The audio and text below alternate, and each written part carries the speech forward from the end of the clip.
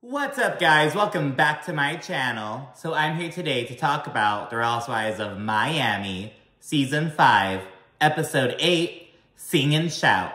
So we're gonna like, comment, subscribe, and let's jump right on into it. So we start off with Adriana's music video shoot. She told us about it in the last episode briefly. So he's rolling up. The director's emphasizing that they have like, it's a one-day, one-shot, like kind of thing. They do all kinds of work to get the yacht. And she kind of reflects on how, like, it really needs to be a success. Because she's like, in this day and age, in this industry, you know, you have to, like, really have a good music video to help kind of boost, help it go viral. And it's just kind of like, and she also mentions that she doesn't have, like, a rich dick at home to, like, go, like, she has to, like, you know, bring herself her own success, essentially. And it's like, well, girl, if there's this much writing on this music video, why don't you have more professional dancers? I get it, you know, you have to, like, shot some more money, but it's like, because they literally had, like, two dudes, like, two, like, eye candy, but, like, there were no, like, dance girls. Like, the only girls dancing were, like, the other, like, castmates. So it's kind of weird, but, anyways, ladies all start rolling up, and the director, he's like, so have you guys learned the choreography yet?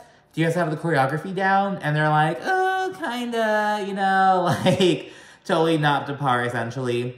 Guerdy says that she's purposely avoiding Alexia because she's still kind of upset about how Alexia is behaving down in the Florida Keys.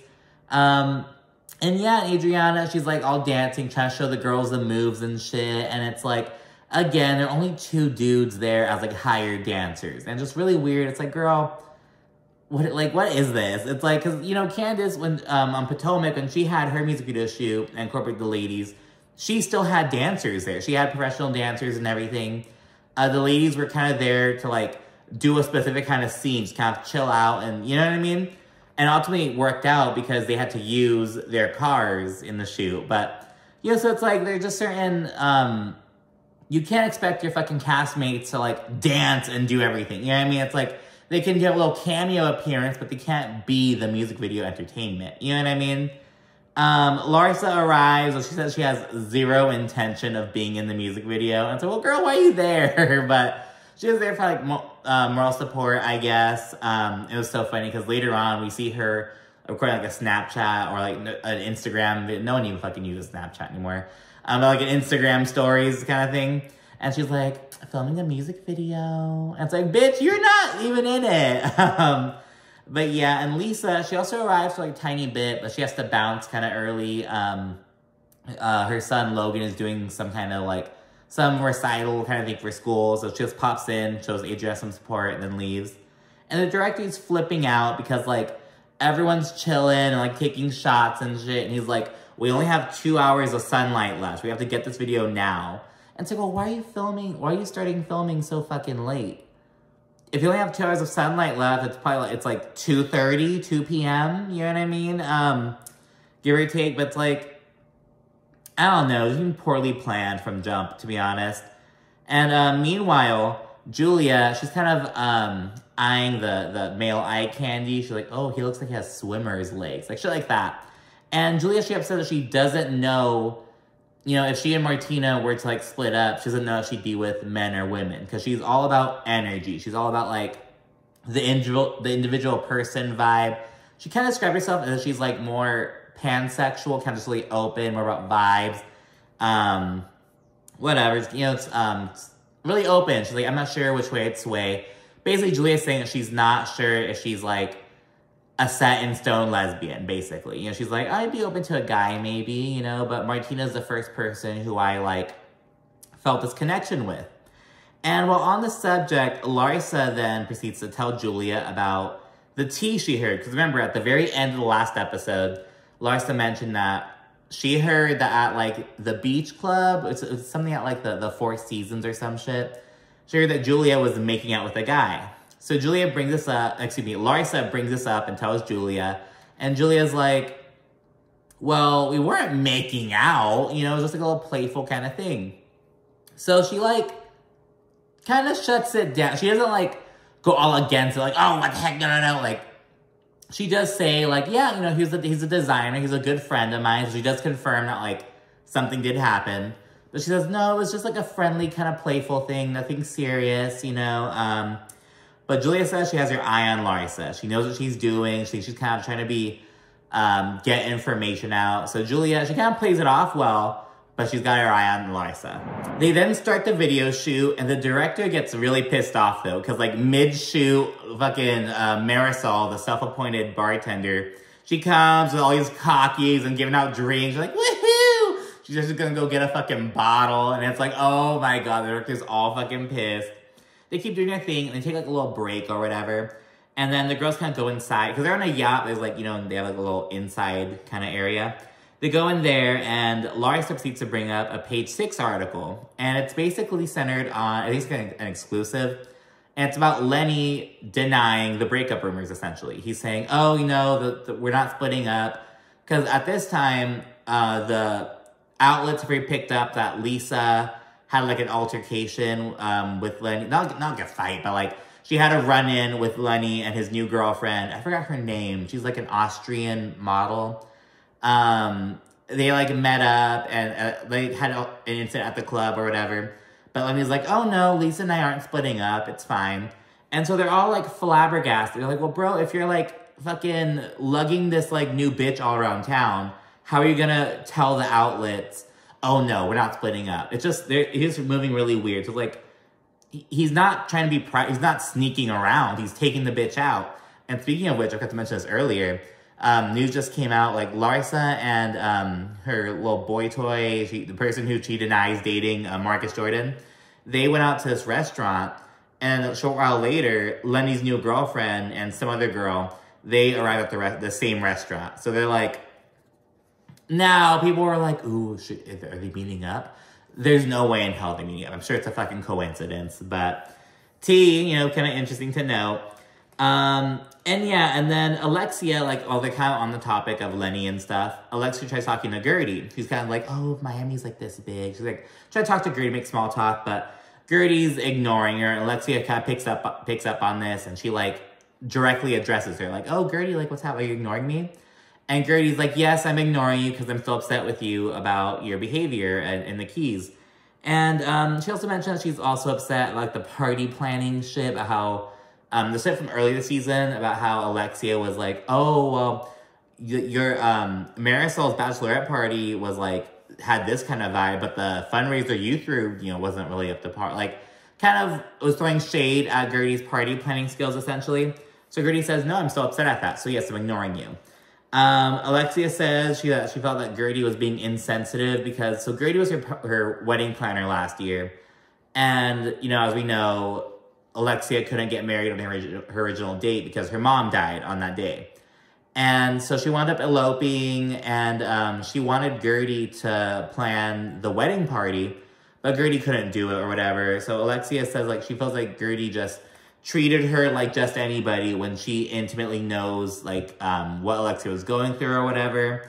And Alexia's, like, crying on Larsa's shoulder at this point. And Guerdy says, you know, I was crying too after you made the comment about me and my party. I was crying to my husband as well. And in a confessional, Guerdy's like, you know, I think Alexia plays the victim when it's convenient for her. I think she does it when it's convenient. But, yeah, Alexia's very emotional. I can only remember her, like, crying like that. Like, she's, like, very emotional. Even after her mom died, you know, we saw her, like, kind of stoically cry and just kind of deal with it. But no, she's, like, crying at this point. She says she's, like, she felt abandoned by Guerdy, and she again brings up how, like, oh, so you supposedly couldn't plan my wedding party because you had another obligation, yet you still came to the party, so what the heck? So Alexia brings that up, and it's like, well, but remember, Alexia was like, oh, I hope you can still come to the party. So Guerdy did have another wedding, but she made sure to go to both. She went to the wedding, made sure everything was running smoothly, and then went to Alexia's wedding party. It was kind of fucking weird. Alexia even goes as far as to say that Guerdy doesn't have a heart, but Guerdy says, you know, your behavior in the Sprinter van was disgusting and unacceptable. Then Alexia's like, what behavior? The behavior that my response to you making these exorcist faces? And Alexia's going in about how Guerdy makes these facial expressions, and Alexia's like, I don't know how to understand them, I don't know how to interpret them, blah, blah, blah. And she even says, like, it's really scary when you sit across from her. And it's like, oh my goodness. Guerdy, she's like, what the fuck? And she calls Alexia ungrateful. And Alexia responds to me like, well, what do I have to be grateful about? And it's like, well, bitch, like, she was helping you out, you know? Like, she was, I don't know. It's just weird. And Alexia and Guerdy's like, exactly, that's my point. Like, you're in a bubble. Like, you're ungrateful, you're in a bubble, you're an elitist. Like, Alexia kind of very much gives those kind of vibes. And Alexia, the self-proclaimed star, says that Guerdy is full of herself. And it's like, bitch, like, what? Like, where are you getting that from? It's just so weird.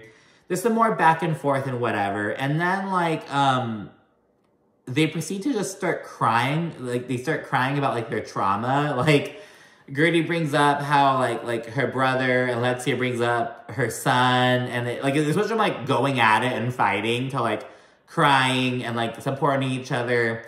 Larsa and Nicole are all fucking confused. They're like, what is going on? And they wind up, like, making up. Alexia says that she likes Guerdy, she always has, and she's really hurt. She's like, you know, I wouldn't be this hurt if I, like, didn't give a fuck about you, like. So, yeah, they proceed to hug. Alexia says she wants to, like, just move forward. And they already kind of had, like, a supposed reconciliation moment. But I think what's different is that Alexia, like, finally showed, like, her true feelings. She addressed the true issue. She felt like Guerdy kind of just treated her like anybody. You know, she just kind of tossed her to the side. Like, Alexia didn't mention this before. So I think that Alexia finally got to the root of the issue because she's a fucking Taurus. She's that stubborn ass. She's not going to want to get to the talk about it, you know, but she ended up doing it, and I think that it seems like I have hope that maybe they can move forward now. Like, they had that supposed reconciliation earlier, then more drama got brought up in the fucking keys, and plus Alexia didn't really seem that genuine in the first time, but now hopefully, you know, things are a bit better between them. There's some more music video bullshit, and then afterwards, Julia revealed she's going to have a housewarming party to kind of show all the girls her and Martina's new home. So we'll see that a little bit later in the episode. And now at this point, Larsa again brings up what she heard about Julia making out with a dude. And Julia says that, you know, it was just for a cheap thrill. So that there were, like, paparazzi there trying to, like, you know, see her. She was with another public figure. So, like, let's just, you know, give them something spicy. So that's what Julia says. So Julia writes it off. Larsa, though, she's like, there's no paparazzi at the Four Seasons. Like, I don't believe this for one bit. So Larsa's still unsatisfied. But yeah, now Kiki, she's right there. They're all, like, kind of inside chilling. Kiki's like, oh, well, was it, like, a quick kiss? Like, or was it, like, a whole, like, tongue makeout? Like, what exactly was it, you know? And in turn, Adriana, she's like, oh, you know, like, she tries to shut it down. She's like, Julia's getting upset. It's just too much. And she also brings up that, like, last year, no one gave a fuck when Julia kissed Lisa. Because they were playing, like, some kind of game, and they, like, did something. I don't even think they kissed. Their mouths were just, like, like, I think it was Julia had to feed Lisa an almond from her mouth, or some shit like that. So they're, like, really close, but they weren't, like, kissing. And Kiki's like, that was different. That was a game. And Adriana's like, Kiki, you don't know shit. And Kiki gets set the fuck off. She's like, she snaps back, and she's like, how are you gonna tell me I don't know shit, blah, blah. Adriana just goes outside. She's like, I don't want to deal with this. And Kiki brings up, I was the only one who showed up for you at rehearsal. And she brings out her fucking, she had like a bag of Burger King. She brings it out and starts eating a fucking big old burger. I'm like, I haven't been to Burger King in forever, bitch. Looks fucking bomb. Burger King has some big ass burgers. Like, I don't know. Like, I'm more of like a Jack in the Box McDonald's kind of dude. But like, Burger King has some big ass fucking burgers. Like, let me tell you, bitch. And yeah, so Kiki, because again, Kiki was the only one who showed up for Adriana at rehearsal. And she's like, how are you going to disrespect me? Because Kiki wasn't even being, like, disrespectful to Julia. If anything, I think it was Larsa was being, because Larsa's the one who brought it up twice. Kiki chimed in. It was just kind of whack. I do think Adriana was outside, and she came inside as Kiki was talking about it. I don't know if Adriana was in the room when Larsa brought it up. Then I feel like Adriana would have gone off on Larsa as well. But I thought it was weird that she went off on Kiki, you know what I mean? But anyway, she's eating her fucking Whopper and says she's done with this bullshit. And that's a new day, though. We see Guerdy. She's at home being booked and busy, fucking working on some wedding planning shit, sending people, like, information, responding to emails, like just on her shit. It's like, that's like wedding season, so it's like full scale. Russell, he brings her some lemon water and stuff like that and asks her how everything's going, what she has planned for the day, yada, yada, yada.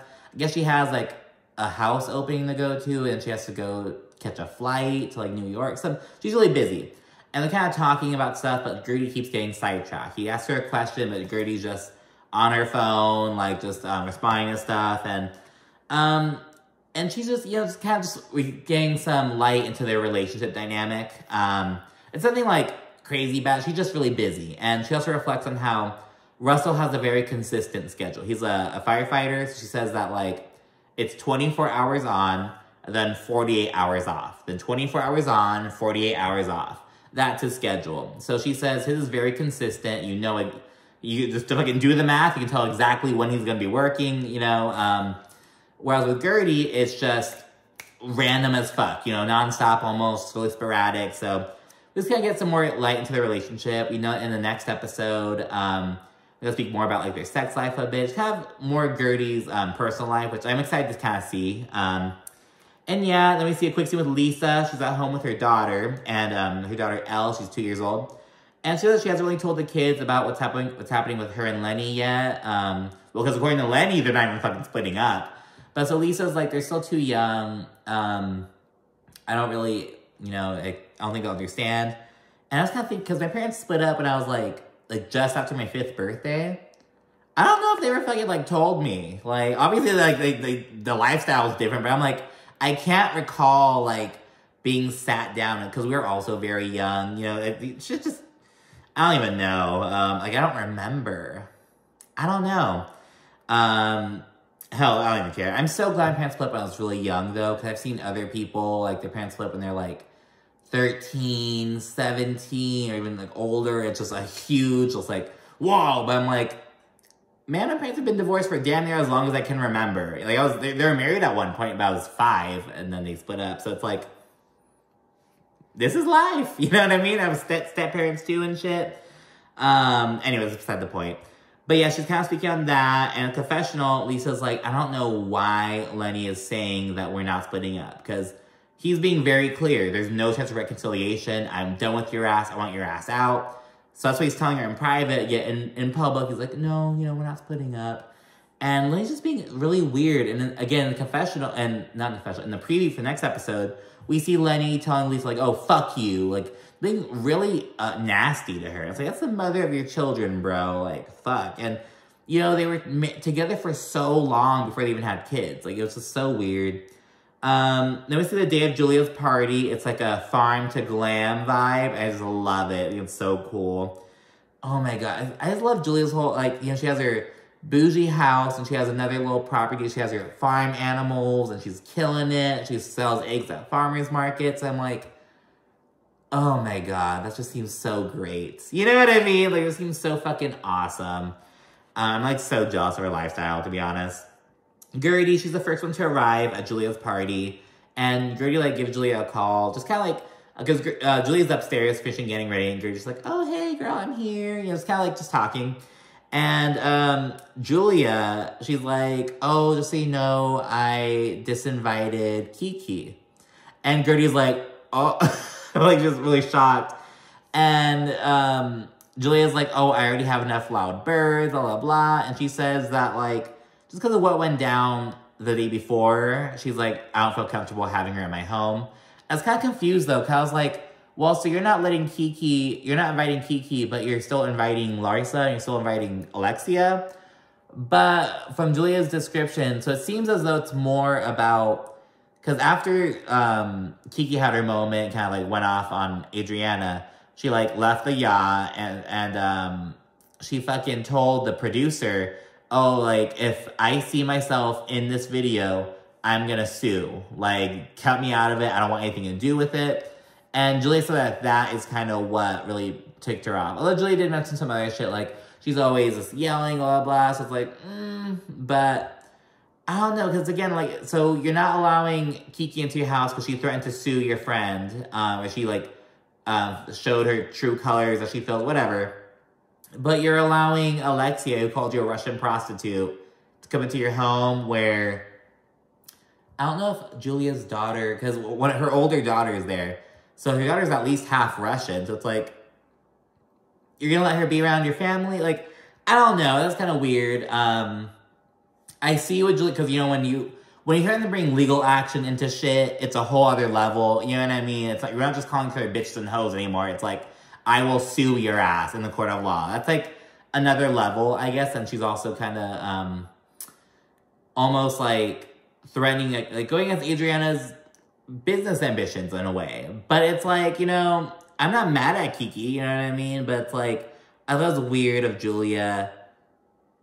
I don't know. It's like, just that she didn't invite Kiki, but she's still inviting Larsa and Alexia. But I kind of see, like, it's a weird line to walk. But anyways, just, that's what's going on. More people then arrive, and Julia finally comes out with her goat, Elvis, wearing these custom overalls.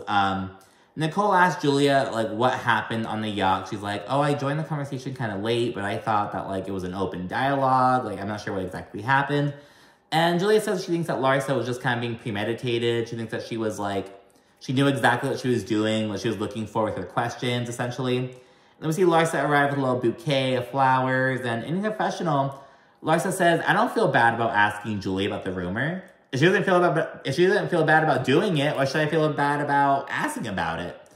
And I see Larsa's point, you know what I mean? I don't know, and you know, she did, because again, we learned about the Julia thing, like when, at the brunch that Larsa had with Alexia and Marisol, and that happened like a day before the music video shoot, because that was during the rehearsal. And that the music video shoot, she told Julia what she heard. So she told her fairly quickly. You know, it's not like she kept it behind her back. As Julia said, you know, it's not like it's a made-up bull. Like, something did happen. So it seems as though Larsa has a pretty damn good source. So, I don't know. Adriana then arrives.